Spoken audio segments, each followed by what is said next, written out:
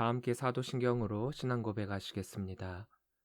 전능하사 천지를 만드신 하나님 아버지를 내가 믿사오며 그 외아들 우리 주 예수 그리스도를 믿사오니 이는 성령으로 잉태하사 동정녀 마리아에게 나시고 본디오 빌라도에게 고난을 받으사 십자가에 못 박혀 죽으시고 장사한 지 사흘 만에 죽은 자 가운데서 다시 살아나시며 하늘에 오르사 전능하신 하나님 우편에 앉아 계시다가 저리로서 산자와 죽은 자를 심판하러 오시리라. 성령을 믿사오며 거룩한 공예와 성도가 서로 교통하는 것과 죄를 사여 주시는 것과 몸이 다시 사는 것과 영원히 사는 것을 믿사옵나이다. 아멘. 다 함께 찬송가 539장 부르시겠습니다.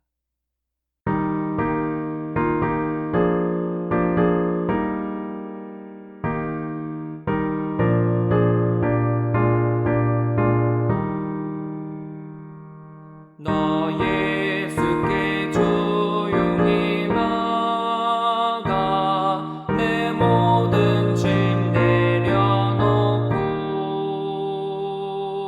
주 십자가 사랑을 믿어 죄 사함을 너 받으라. 주 예수께 조용히 내 마음을 쏟아놓으라. 늘은 미래 보시는 주님 그 은혜를 베푸시리. 주 예수의 은혜를 입어 내 슬픔이 없어지리. 내 이웃을 늘 사랑하여 너 받은 것 거저주라. 주 예수께 조용히 나가 내 마음을 쏟아놓으라. 늘은 미래 보시는 주님 그 은혜를 베푸시리. 주 예수를 친구로 삼아 늘 내 옆에 모시어라. 그 영원한 생명 샘물에 내 마른 목 주게 여라. 주 예수께 조용히 나가 내 마음을 쏟아놓으라. 늘은 미래 보시는 주님 그 은혜를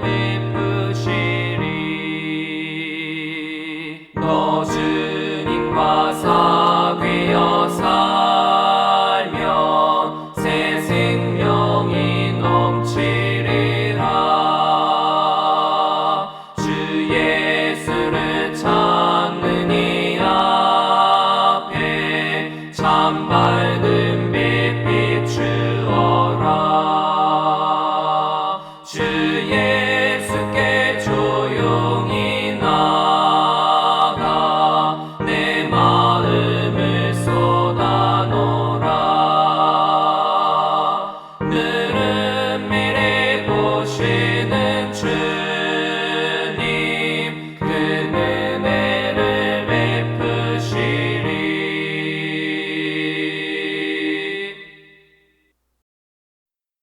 오늘 우리에게 주신 하나님의 말씀은 출애굽기 22장 1절부터 15절 말씀입니다. 사람이 소나 양을 도둑질하여 잡거나 팔면 그는 소 한 마리에 소 5마리로 갚고 양 한 마리에 양 4마리로 갚을지니라.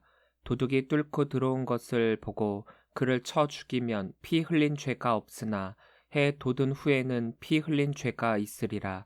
도둑은 반드시 배상할 것이나 배상할 것이 없으면 그 몸을 팔아 그 도둑질한 것을 배상할 것이요 도둑질한 것이 살아 그의 손에 있으면 소나 나귀나 양을 막론하고 갑절을 배상할지니라. 사람이 밭에서나 포도원에서 짐승을 먹이다가 자기의 짐승을 놓아 남의 밭에서 먹게 하면 자기 밭에 가장 좋은 것과 자기 포도원에 가장 좋은 것으로 배상할지니라. 불이 나서 가시나무에 댕겨 낫갈이나 거두지 못한 곡식이나 밭을 태우면 불 놓은 자는 반드시 배상할지니라. 사람이 돈이나 물품을 이웃에게 맡겨 지키게 하였다가 그 이웃집에서 도둑을 맞았는데 그 도둑이 잡히면 갑절을 배상할 것이요 도둑이 잡히지 아니하면 그 집 주인이 재판장 앞에 가서 자기가 그 이웃의 물품에 손댄 여부의 조사를 받을 것이며 어떤 이름 물건 즉 소나 나귀나 양이나 의복이나 또는 다른 이름 물건에 대하여 어떤 사람이 이르기를 이것이 그것이라 하면 양편이 재판장 앞에 나갈 것이요 재판장이 죄 있다고 하는 자가 그 상대편에게 갑절을 배상할지니라. 사람이 나귀나 소나 양이나 다른 짐승을 이웃에게 맡겨 지키게 하였다가 죽거나 상하거나 끌려가도 본 사람이 없으면 두 사람 사이에 맡은 자가 이웃의 것에 손을 대지 아니하였다고 여호와께 맹세할 것이요 그 임자는 그대로 믿을 것이며 그 사람은 배상하지 아니하려니와 만일 자기에게서 도둑 맞았으면 그 임자에게 배상할 것이며 만일 찢겼으면 그것을 가져다가 증언할 것이요 그 찢긴 것에 대하여 배상하지 아니할지니라.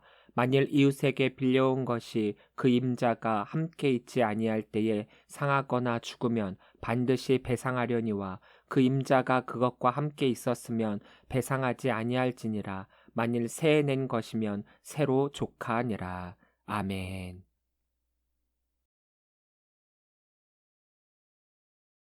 할렐루야. 예담교회 주일예배에 오신 우리 성도님들을 주의 이름으로 사랑하고 축복합니다. 지난주에 이어서 타인의 재산에 손해를 끼치게 되었을 때 어떻게 배상을 해야 하는가에 대한 말씀이 오늘 계속해서 이어지고 있습니다. 지난주는 짐승과 관련되어 내가 그런 것이 아니라 짐승이 그런 것이지만 그 짐승의 주인이 배상해야 할 책임에 대한 부분이었다면 오늘은 사람이 타인의 재산에 피해를 주는 경우에 대한 배상입니다. 예를 들면 집에 침입하여 도둑질을 한다던가 남의 밭에 피해를 준다던가 물품을 맡기거나 빌렸을 때의 상황에 대한 배상입니다. 1절입니다. 사람이 소나 양을 도둑질하여 잡거나 팔면 그는 소 한 마리에 소 5마리로 갚고 양 한 마리에 양 4마리로 갚을지니라. 도둑질하다에 해당하는 단어 이그노브는 훔치다, 몰래 가져가다, 속이다 라는 뜻을 지닌 까나브의 단순 미완료형입니다. 이는 주인 몰래 물건을 훔치거나 혹은 주인을 속여 그 재산을 탈취하는 행위를 뜻합니다.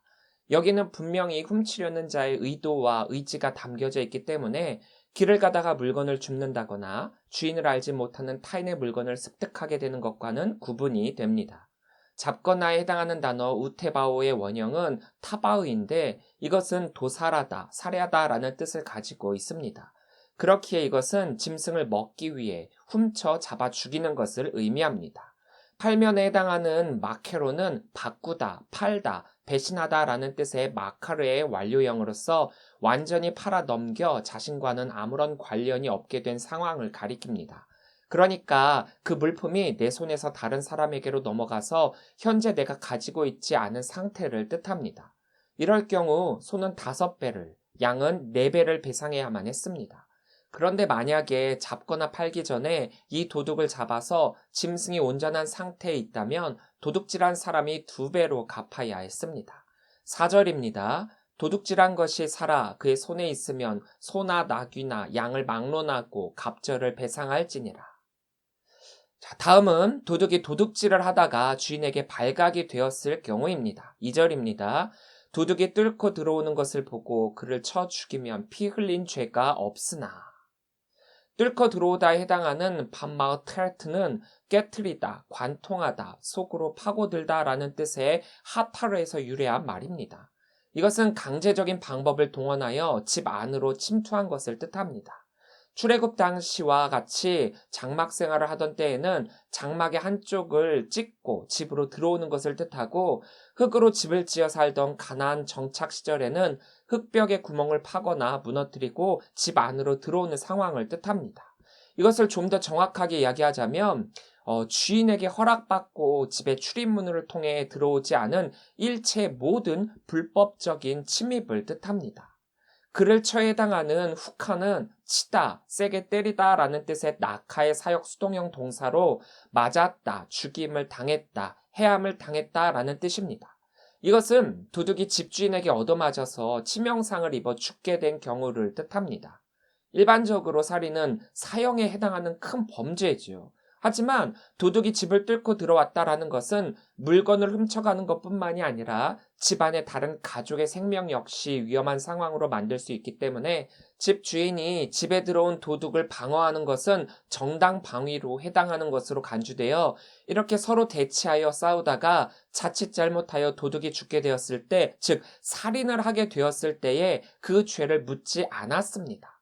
다만 이것도 무조건적인 것이 아니라 예외가 있었습니다. 3절입니다. 해 돋은 후에는 피 흘린 죄가 있으리라. 도둑은 반드시 배상할 것이나 배상할 것이 없으면 그 몸을 팔아 그 도둑질한 것을 배상할 것이요. 보통 도둑이 집을 뚫고 들어오는 때는 밤에 해당합니다. 도둑이 밤에 들어오면 물건을 훔치는 것뿐만이 아닌 강도로 간주가 되어서 그 강도와 싸워 죽이게 된 살인에 대한 정당 방위가 인정되었던 것입니다.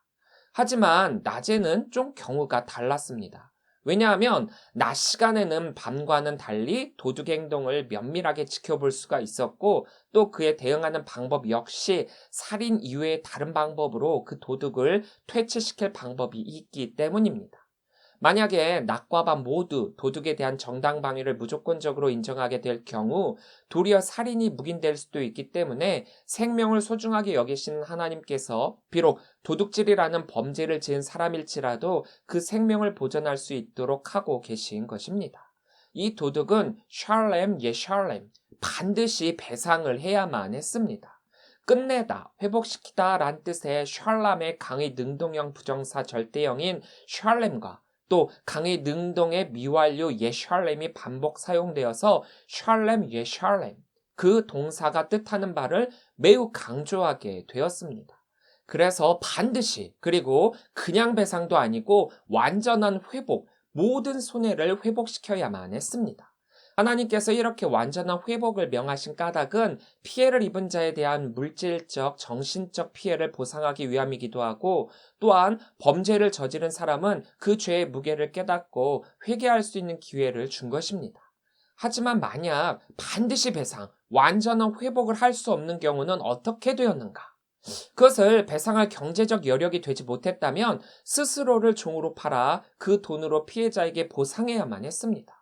지난 설교에서 히브리 종에 대한 규례를 살펴볼 때 스스로 종이 되는 몇 가지 경우에 대해서 말씀드린 적이 있는데, 바로 이 경우가 거기에 해당이 됩니다. 5절입니다. 사람이 밭에서나 포도원에서 짐승을 먹이다가 자신의 짐승을 놓아 남의 밭에서 먹게 하면 자기 밭에 가장 좋은 것과 자기 포도원에 가장 좋은 것으로 배상할지니라. 노아에 해당하는 단어 웨실라흐는 보내다라는 뜻을 지닌 샬라흐의 강의 능동형으로서 임무를 주어 보냈다, 파견했다라는 의미입니다.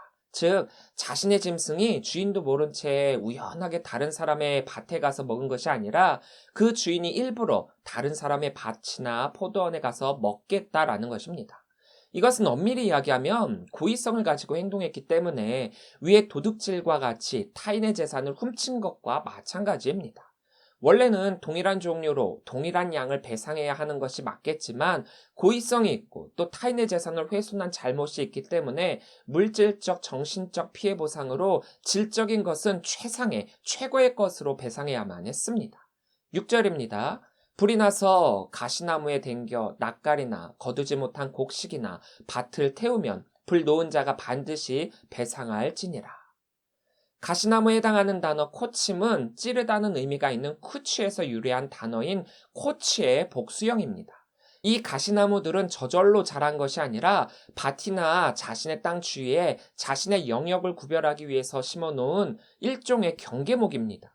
그러니까 이러한 가시나무들을 태웠다라는 것은 자기 밭에 놓은 불이 자기 밭뿐만이 아니라 다른 사람의 밭으로까지 번졌다라는 의미입니다. 보통 땅의 개간이나 밭갈이를 하기 위해서 거기에 자란 잡초에 불을 놓는 경우가 있었습니다. 그런데 그러한 불이 번져서 다른 사람의 밭까지 태워 피해를 주게 된 경우입니다. 태우면에 해당하는 단어 웨네칼은 삼키다, 진멸하다, 소멸하다라고 사용된 아칼의 단순 죄기의 완료형에 접속사 웨가 합쳐진 것입니다. 이것은 이미 걷어들인 곡식이나 아직 밭에서 걷어들이지 못한 그 곡식들을 태워서 재배지를 완전히 망가뜨려 못쓰게 만들었다라는 뜻입니다. 불을 놓은 것이 고의성이 있었든 혹은 실수로 그랬든 간에 자신의 행위로 인해서 타인의 재산에 심각한 손해를 끼친 것이기 때문에 가해자는 그 관리의 책임을 물어서 배상을 해야만 했습니다. 다만 여기에서는 어느 정도의 배상을 해야 하는지까지는 나와 있지는 않습니다. 7절입니다. 사람의 돈이나 물품을 이웃에게 맡겨 지키게 하였다가 그 이웃집에서 도둑을 맞았는데 그 도둑이 잡히면 갑절을 배상할 것이요. 물품이라고 번역된 캘림은 1차적으로 그릇, 용기란 뜻을 지닌 캘리의 복수형입니다. 하지만 이것은 단순히 그릇만을 뜻하는 것이 아니라 재산의 가치가 있는 모든 물건을 뜻하고 있습니다. 이 당시에는 먼 여행을 하게 될 경우 길에서 강도에게 돈을 뺏기거나 혹은 없어질 위험이 있었기 때문에 귀중품을 이웃에게 맡기고 떠나는 관습이 있었습니다. 물론 이것은 이웃과의 신뢰를 바탕으로 하는 것이죠. 그런데 안전할 것이라 여기고 이 이웃의 집에 맡겼는데 아뿔싸 이 이웃의 집에 도둑이 들어서 맡기고 간 이 물품들이 도둑을 맞았을 때는 어떻게 해야 하는가? 여기에서는 우선적으로 그 물품을 훔친 자가 누구인지를 밝히는 것이 먼저 중요합니다. 이 물품을 훔쳐간 도둑이 존재하고 그 도둑이 잡히게 된다면 그 죄에 대한 형벌로 훔친 물건의 2배를 주인에게 지불해야 했습니다. 8절부터 9절입니다. 도둑이 잡히지 아니하면 그 집 주인이 재판관 앞에 가서 자기가 그 이웃의 물품에 손댄 여부의 조사를 받을 것이며 어떤 이름 물건, 즉 소나 나귀나 양이나 의복이나 또는 다른 이름 물건에 대하여 어떤 사람이 이르기를 이것이 그것이라 하면 양편이 재판장 앞에 나아갈 것이요 재판장이 죄 있다고 하는 자가 그 상대편에게 갑절을 배상할지니라. 도둑이 존재했고 그 도둑이 잡혔다면 문제가 되지 않습니다. 그러나 문제는 도둑이 잡히지 않았을 경우입니다. 이런 경우 진짜 도둑이 들어 물품을 훔쳐간 것인지 아니면 이웃이 나쁜 마음을 먹고 그 물품을 자기가 가로챈 후 도둑 맞았다라고 거짓 증언을 했는지 물품을 맡긴 주인 입장에서는 정말 모르는 상황입니다. 단순 팩트로는 그 주인이 맡기고 간 물품이 현재는 없다는 것입니다. 이것으로 인해 맡긴 주인과 또 맡은 사람 간에 문제가 생기게 됩니다. 그런데 도둑이 잡히지 않은 상태였는데 아뿔싸 도둑 맞았다는 그 물품이 이웃 사람의 재산 중에서 발견이 되어 그 물품을 맡겼던 자가 그것이 자신의 것이다 라고 한다면 그럴 경우에는 일단 재판관에게로 나아가야 했습니다. 여기서 재판관이라고 사용된 단어는 하 엘로힘입니다. 하나님을 가리키는 단어 엘로힘에 정관사 하가 결합하여 사용된 단어인데 킹 제임스 버전과 NIV에서는 그 재판장들이라고 번역했고 70인역이나 RSV에서는 하나님이라고 번역을 했습니다. 보통 이 단어는 하나님으로부터 그 권위를 부여받아 시시비비에 대한 판결을 내리는 인간 재판장을 뜻합니다. 그렇기 때문에 이것은 겉으로는 인간 재판장에 의해 판결을 받지만 실상은 하나님에 의해 그 재판이 이루어진다는 신본주의적 사상이 여기에 담겨져 있습니다. 어떤 절차에 의해서 판결되는지는 말하고 있지는 않지만 이때 재판장은 양쪽 둘의 상황에 대해서 들어본 후 판단을 하게 되면 가해자 측이라 판단된 사람이 피해자 측에게 갑절로 배상을 해야만 했습니다. 만약 물품을 맡았던 자가 그것을 취할 목적으로 거짓말을 했고 그것이 들통날 경우에는 맡긴 자에게 2배를 혹은 물품 맡았던 자가 발견된 그 물품이 원래는 그 사람의 것인데 억울하게 혐의를 뒤집어 쓰게 된 것이라면 도리어 이것을 제대로 확인하지 못한 물품 맡긴 사람이 도리어 이 사람에게 2배를 배상해야만 했습니다. 이것은 물론 물건을 맡긴 사람의 재산권을 보호해주는 것이 주 목적이기는 하지만 만약에 이렇게 맡은 자가 억울하게 죄인으로 몰리게 된다면 이것은 무고죄에 해당되는 것이었기에 반드시 그에 합당한 배상을 해야만 했습니다. 무고한 사람을 범죄자로 고발해서 그 사람에게 정신적으로 피해를 입힌 것은 도둑질을 해서 이웃에게 재산상의 피해를 입힌 것과 동일한 죄를 물어서 이웃이 억울한 일을 당하지 않도록 이러한 사건에 대해 신중하게 판단하도록 배려해 주시고 계십니다. 아까도 말씀드렸다시피 물품을 맡긴다는 것은 내 재산을 보호해 줄 수 있을 것이라는 신뢰를 가지고 있기 때문에 맡기는 것입니다. 또 물품을 맡게 된 사람은 어느 정도 부담감이 있을 테지만 물품을 맡긴 사람과의 관계와 신뢰가 있기 때문에 맡은 것입니다. 어느 한쪽이 이 신뢰를 이용하려고 들지만 않는다면 여기에 큰 문제는 있지 않을 것입니다. 물품을 맡기고 멀리 다녀왔다. 그리고 다녀와서 그 물품을 안전하게 되돌려 받았다. 이게 제일 좋은 결론이죠. 두 번째, 도둑이 들기는 들었지만 다행히도 그 도둑이 잡혔고 맡긴 그 물품에 대해서도 일절 하자가 없다면 그 어떤 문제도 발생하지 않을 것입니다. 그런데 진짜 문제는 여기서부터입니다. 도둑질한 사람도 없고 또 물품도 없어졌을 때 신뢰에 금이 가게 되죠. 어찌 보면 물건을 맡은 쪽은 물건을 맡긴 사람을 배려한 것입니다. 잘해야 본전인 그런 일이죠. 안 해도 상관이 없었습니다. 차라리 안 했다면 그런 어려움에 빠지지도 않았겠죠. 그럼에도 그렇게 하는 까닭은 배려입니다. 그런데 이런 착한 사람을 이용하는 사람들이 꽤나 많이 있습니다. 착하다는 것이 나쁜 것이 아님에도 요즘에는 착하면 호구라는 말을 듣습니다. 물에 빠진 사람 구해줬더니 보따리 내놓으라고 한다. 잃어버린 지갑 찾아줬더니 그 안에 들어있던 돈 훔쳐갔다라고 한다. 물론 재산권을 보호한다는 차원에서 의심의 범직도 합니다. 하지만 어떻게 보면 맡긴 사람은 그 사람을 신뢰했기 때문에 맡긴 것 아닙니까? 그렇다면 끝까지 신뢰해야죠. 믿지 못했다면 처음부터 그 사람에게 안 맡기면 됩니다. 맡겨놓고 의심한다? 그건 맡긴 사람의 잘못이 더 큰 것입니다. 이것은 비단 어떤 물건에 대한 것만이 아닙니다. 어떤 일을 부탁했을 때 그 사람이 정말 시간도 없고 할 수도 없음에도 불구하고 계속 부탁을 하니까 어쩔 수 없이 자신이 손해를 본다거나 피해를 보더라도 그것을 받아들인 것인데 그 일을 부탁해놓고 그 책임까지 내팽겨 치는 것은 아니죠.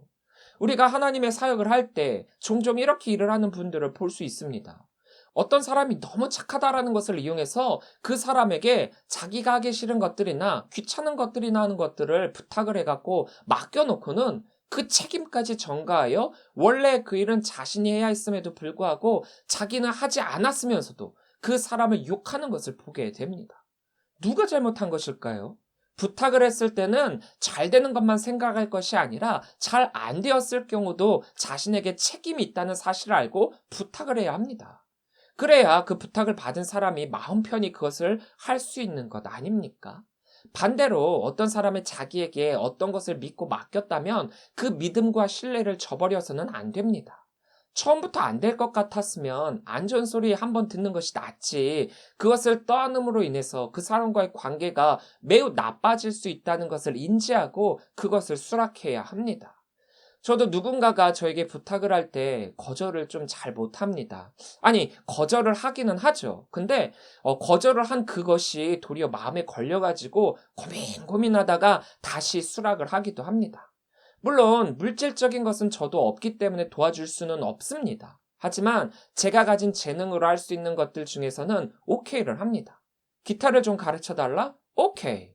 컴퓨터를 좀 고쳐달라? 오케이. 성경 공부를 좀 했으면 좋겠다? 오케이.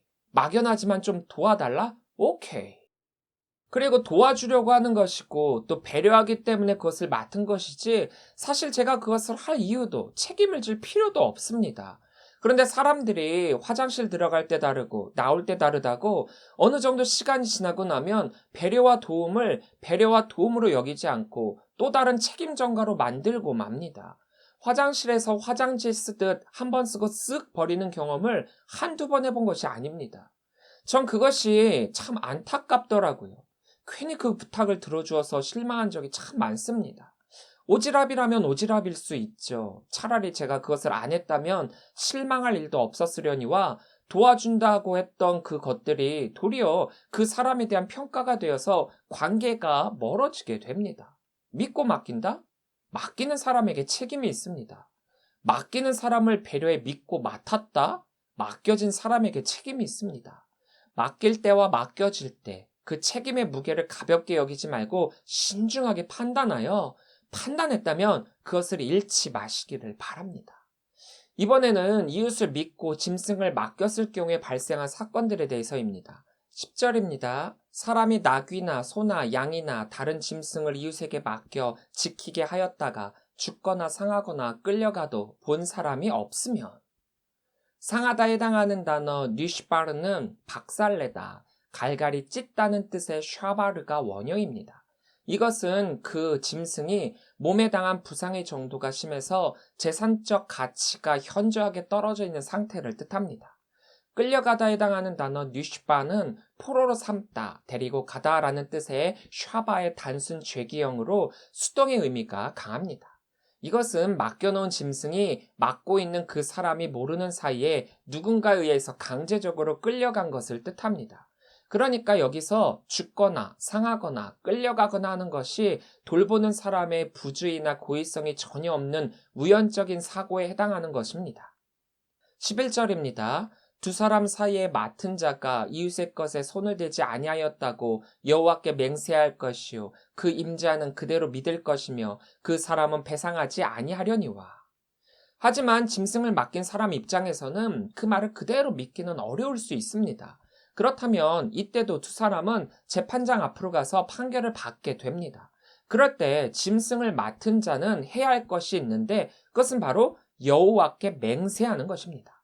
무조건적인 맹세가 그 맡겨진 짐승에 대한 면죄부가 되는 것은 아니라 자신이 이 부분에 대해서 절대적으로 결백하다고 맹세하는 것입니다. 여기서 여호와께 맹세한다라는 의미는 만약 이 사람이 거짓 맹세를 하게 된다면 그것은 바로 여호와의 이름을 망령되게 하는 것인 만큼 솔직하게 자신의 죄를 인정하고 자백할 때보다 더 크고 무거운 처벌을 받아야 한다라는 것입니다. 그렇기 때문에 여호와께 맹세하는 것은 그 맹세에 대한 책임이 엄청났기 때문에 사실 아무렇게나 해서는 안 되는 맹세입니다. 여호와의 이름을 두고 맹세하는 것은 하나님의 이름과 그 권위를 두고 하는 가장 엄격한 맹세입니다. 그래서 자신의 무죄함을 밝히는 일과 혹은 아주 중요한 문제에 대해서는 이렇게 여호와께 맹세하여 그 일에 대한 신실함을 증명해야만 했습니다. 그렇기 때문에 만약 이렇게 여호와께 맹세하여 자신의 결백함을 증명한다면 이것에 대한 판단은 여호와 하나님께로 넘어간 것이기 때문에 짐승의 주인은 그 말을 믿어야만 했습니다. 만약에 이 맹세가 거짓이라고 할지라도 그것에 대해서는 하나님께서 갚으실 것이기 때문에 그 주인이 아무리 의심이 가더라도 믿어야만 했습니다. 이렇게 여호와께 맹세를 하게 된다면 그 사람은 배상을 하지 않아도 되었습니다. 12절입니다. 만일 자기에게서 도둑 맞았으면 그 임자에게 배상할 것이며. 그런데 만약에 짐승을 맡았던 자가 관리를 소홀히 하여 짐승을 도둑 맞았다면 그것은 그 책임을 물어 그 주인에게 변상을 해야만 했습니다. 좀 억울한 면이 있을 수 있겠지만 맡았다라는 의미는 그것에 대해서 소홀함이 없이 관리해야 한다라는 책임까지 있는 것이기 때문에 이 부분에 대해서는 그 책임을 질 수밖에 없습니다. 13절입니다. 만일 찢겼으면 그것을 가져다가 증언할 것이요 그 찢긴 것에 대하여 배상하지 아니할지니라. 찢겼으면에 해당하는 단어 타로프 이타레프는 뽑아버리다, 상처를 내다, 찢다라는 뜻을 지닌 타라프의 단순 부정사 절대형인 타로프와 제기 미완료형인 이타레프가 중복된 형태입니다. 그래서 이것은 완전히 찢겼다면 이란 뜻으로 맹수 같은 것에 의해 그 짐승이 상처를 입어 상태가 매우 심각한 것을 뜻합니다. 이런 상태가 된다면 이 사람은 그 짐승을 재판관이나 혹은 그 짐승의 주인에게 내가 그런 것이 아니라 그 무언가에 의해 상처받은 증거물로 제시를 하고 그 사건에 대해서 그대로 증언하여 자신이 무죄하다라는 것을 증명한다면 그 짐승에 대한 배상의 의무는 지지 않을 수 있었습니다. 만약 짐승을 이웃에게서 무상으로 빌려왔는데 그 짐승이 상처를 입거나 혹은 죽은 경우는 어떻게 될까요? 14절입니다. 만일 이웃에게 빌려온 것이 그 임자가 함께 있지 아니할 때에 상하거나 죽으면 반드시 배상하려니와. 빌려온 것에 해당하는 단어 issue는 요구하다, 구걸하다, 구하다라는 뜻의 share의 단순 미완료형입니다. 이것은 짐승의 주인이 이웃에게 그 짐승을 맡긴 것과는 달리 자신의 필요에 의해 짐승의 주인에게 부탁하여 잠시 가져온 것을 뜻합니다.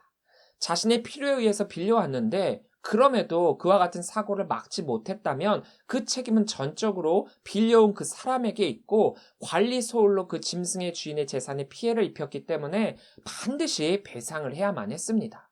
그런데 그럼에도 배상을 하지 않는 경우가 있었습니다. 15절입니다. 그 임자가 그것과 함께 있었으면 배상하지 아니할지니라. 만일 새낸 것이면 새로 족하니라. 만약 빌려온 짐승의 주인이 함께 있었을 경우 상하거나 죽는다면 그것은 그 주인에게 배상하지 않아도 되었습니다. 왜냐하면 주인은 직접 그 짐승이 상하거나 죽는 장면을 목격하게 되었을 것이고 그렇다면 그것에 대한 책임은 빌린 사람이 아닌 함께 같이 있었던 그 주인에게 있기 때문입니다. 그리고 만약 짐승을 이웃에게서 돈을 주고 빌려왔는데 그 짐승이 상처를 입거나 죽은 경우에는 이미 그 짐승을 빌릴 때 주었던 그 돈이 이 짐승의 값어치가 되기 때문에 정당한 비용을 지불한 것으로 간주가 되어 배상할 책임이 없었습니다. 짐승을 빌려준 사람이 돈을 받고 짐승을 빌려줄 때는 이미 여러 상황에 대한 비용까지 포함해서 돈을 받은 것이라고 여겼기 때문입니다. 사랑하는 성도 여러분, 재산권은 반드시 보호받아야 되는 것은 맞습니다. 누군가에 의해서 피해를 받는 것, 보호를 받아야 하죠. 그러나 보호받아야 됨과 동시에 그 누군가가 피해를 봐서는 안 됩니다. 물론 고의성이 다분하거나 일부러 남에게 피해를 주려는 목적을 가지고 있었다면 그것은 그에 해당하는 형벌을 받아야 하죠. 하지만 정말 배려와 선의로 부탁을 받았는데 결과가 좋지 않았다고 그것에 대한 책임을 지운다면 재산권의 보호는 받았을지는 모르겠지만 사람은 잃게 됩니다. 우리는 함께하는 공동체를 이루고 있기 때문에 부탁을 하기도 하고 부탁을 받기도 합니다.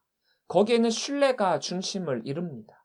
믿음의 공동체라고 한다면 이 신뢰를 쉽게 여겨서는 안 됩니다. 어떤 상황에서도 서로를 배려하고 도움을 받고 도울 수 있는 신뢰 공동체가 됨을 통하여서 하나님께서 기뻐하시는 성도들이 되시기를 바랍니다. 하나님께서 오늘 이러한 법규를 주신 까닭은 함께함의 공동체를 이루기 위함입니다. 내 것을 지키면 누군가는 어렵고 내가 편하면 누군가는 불편하다라는 것을 기억해야 합니다. 우리 크리스찬들은 서로를 배려하는 믿음의 공동체입니다. 하나님께서 원하시는 것이 바로 여기에 있다라는 사실을 기억하시면서 서로를 배려하시는 우리 주의 귀한 성도들이 되시기를 주의 이름으로 간절히 축원합니다.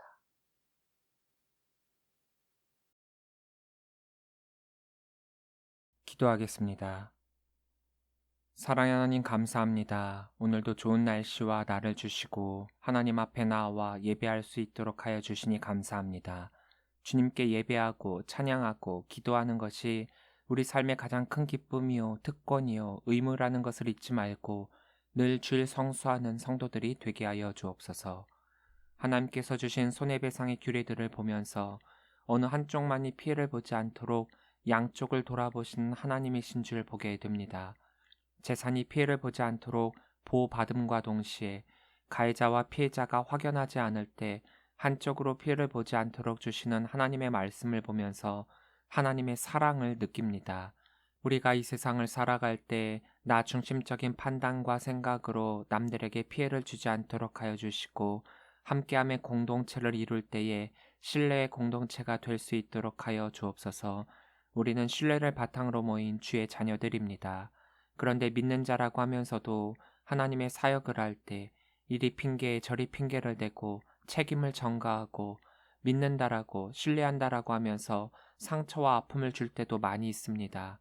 배려하기 때문에 돕는 것인데 어느덧 그것이 권리가 되고 당연한 것이 되어서 돕는 자가 을이 되고 하는 사역으로 인해 욕을 먹는 때도 많이 있습니다. 교회 각양각처에서 눈물을 머금고 사역하는 이들의 아픈 마음을 돌아봐 주시사 그들을 위로하여 주시고 그들의 사역에 복을 내려 주시사 그들의 아픔이 아픔으로가 아니라 기쁨으로의 사역이 될 수 있도록 역사하여 주옵소서. 그래서 하나님의 사역은 반드시 복을 받는다라는 사실을 깨닫게 하여 주셔서 많은 이들이 앞다투어 주의 일을 감당할 수 있도록 하여 주옵소서. 어느덧 10월이 되었습니다. 2021년의 한 해를 마무리하는 때가 되어가고 있습니다. 코로나19로 인해 할 수 없는 것들이 너무나도 많았고 그렇기에 해야만 하는 것들이 많은 때입니다. 우리가 주님을 믿는 초심의 마음을 잊지 말고 믿는 자로서의 행실과 모습으로 이 세상에 당당히 서게 하여 주시고 남은 2021년의 때가 주님의 이름을 드높이는 시간들이 되게 하여 주옵소서. 아픈 자들 어루만져 주시고 상처를 꿰매 주시고 힘들고 지쳐 넘어진 자들을 일으켜 세워주셔서 앞으로가 더 소망이 넘치고 앞으로가 더 기대가 넘치는 성도들이 되게 하여 주옵소서. 오늘 주신 말씀 기억하며 한 주간 나아갑니다. 믿는 자로서의 신뢰함이 가득하고 그 신뢰로 더불어 하나님의 사역을 더욱 열심히 해나갈 수 있는 능력이 되게 하여 주옵소서. 모든 것 감사를 드리오며 예수님의 이름으로 기도합니다. 아멘. 다 함께 결단 찬양 오직 주만이 함께 찬양하시겠습니다.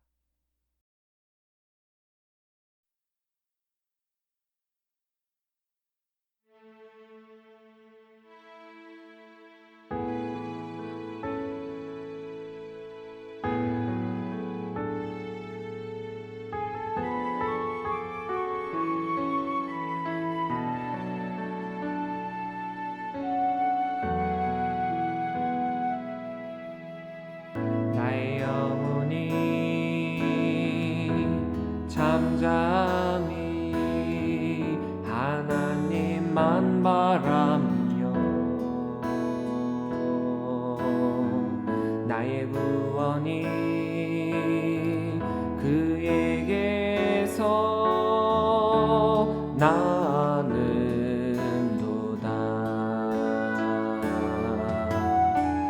나의 영혼아 잠잠히 하나님만 바라라. 나의 소망이 저에게서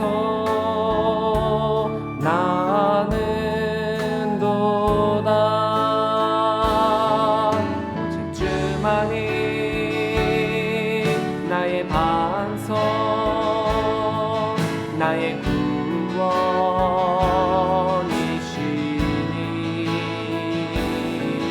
오직 주만이 나의 산성 내가 요동치 아니하리. 나의 영혼이 간절히 여호와를 갈망하며 나의 입술이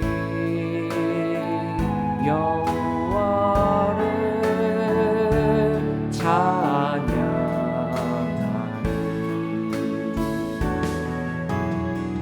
나의 영혼이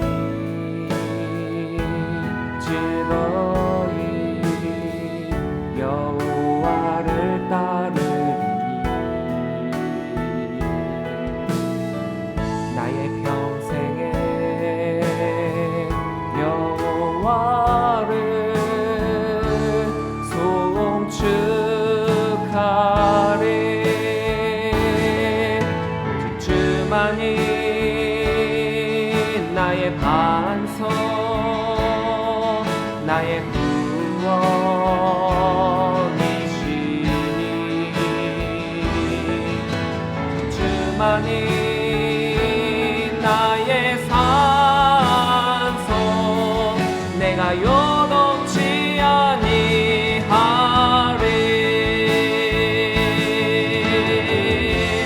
나의 구원 나의 영광 하나님께 있으니 내 힘의 반석과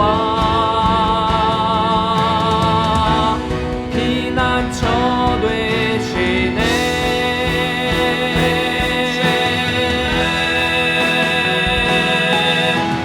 주만이 나의 반석, 나의 구원이시니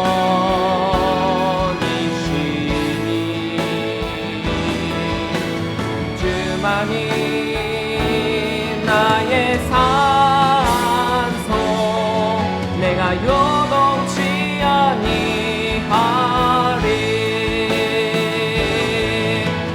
주만이 나의 반석, 나의 구원이시니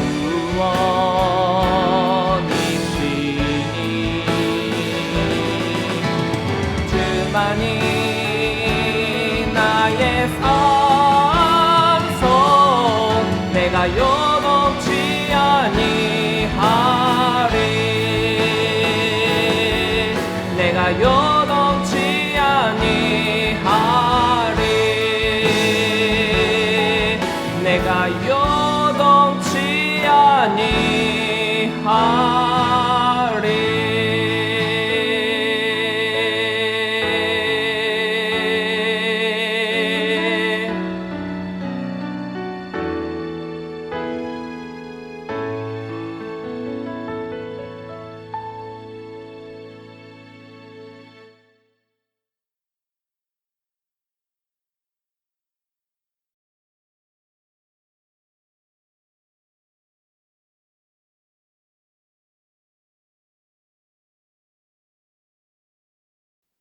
이제는 우리 주 예수 그리스도의 은혜와 무한하신 아버지 하나님의 그 크신 사랑하심과 성령님의 감화감동 역사 교통하심이 신뢰를 바탕으로 믿음의 공동체를 이루며 하나님께서 원하시는 기쁨의 삶을 살기로 결단하는 우리 모든 성도들 머리머리 위에 지금으로부터 영원토록 함께 하시기를 간절히 축원하옵나이다. 아멘.